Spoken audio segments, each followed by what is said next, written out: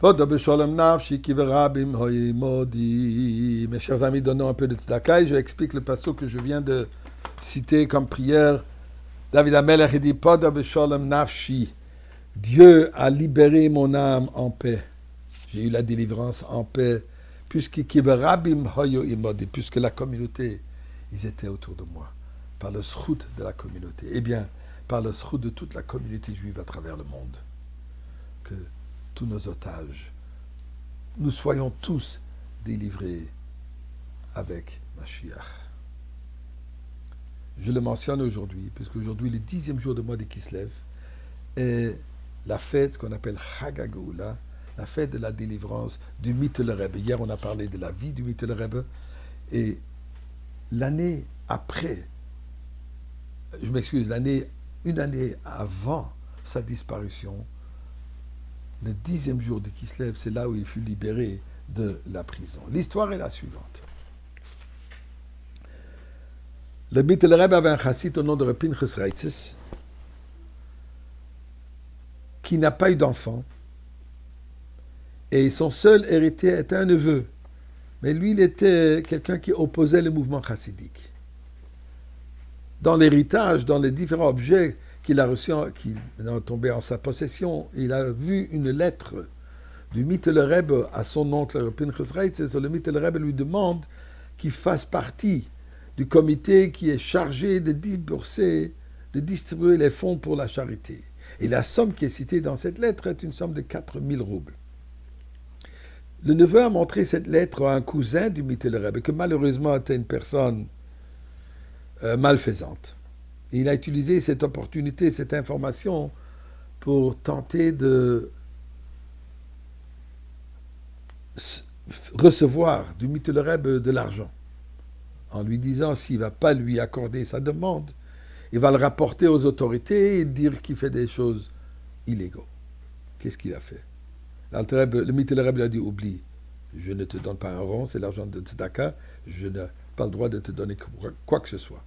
Et j'ai rien à craindre, j'ai rien fait d'illégal. Il est parti, il a pris cette lettre.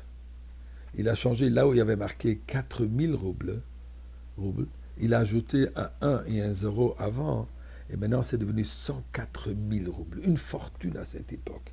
Avec cela, il est parti aux autorités pour leur dire, écoutez, il essaye de faire une révolution contre le mouvement, et en plus, sa synagogue, son endroit d'étude, est construit similaire à la construction du Beth Amikdash du temple, en disant, faisant allusion au fait qu'il veut révolution contre le Tsar russe et en même temps s'imposer comme lui, le roi du peuple. Accusation ridicule. Mais vous savez très bien que dans le monde antisémite, n'importe quelle accusation s'accepte. On n'a qu'à voir ce qui se passe aujourd'hui. Jusqu'à cette accusation horrifique de dire que c'est Israël qui a tué Simchat Torah les personnes pour pouvoir détruire Gaza. Est-ce qu'il y a une personne normale qui va accepter? Mais malheureusement, il y a des antisémites dans ce monde qui accepteront n'importe quoi et vont le propager. Que Dieu nous préserve de cela. Mais c'est ce qui est arrivé au temps du Mittel Rebbe. Le Mittel Rebbe fut arrêté. Quand ils sont venus le soir du 28e jour du mois de Tishré, un Motzei Shabbat, pour faire l'enquête chez lui à la maison, bien sûr, toute la famille était détruite, plaidoyée qu'on le laisse. Le seul qui n'était pas affecté du tout, c'était le Mittel Rebbe. Lui, il a continué à enseigner sa chassidoute, à écrire la chassidoute, à voir du monde, et ensuite, il s'est laissé accompagner à la prison de Vitebsk.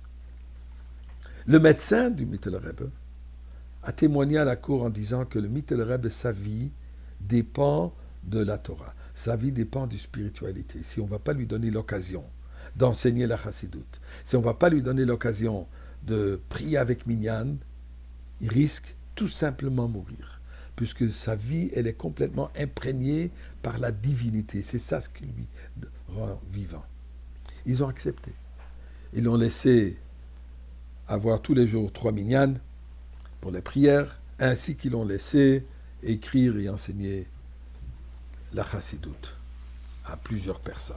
Minyan, je crois, 20 personnes, et il avait un kahal de 50 personnes qui sont venues à la prison pour l'écouter enseigner sa chassidoute. Finalement, le jour du jugement est arrivé. Le Mittel Rebbe s'est habillé en vêtements de Shabbat. Il a fait une telle impression que le ministre responsable a demandé qu'il lui offre une chaise. Durant les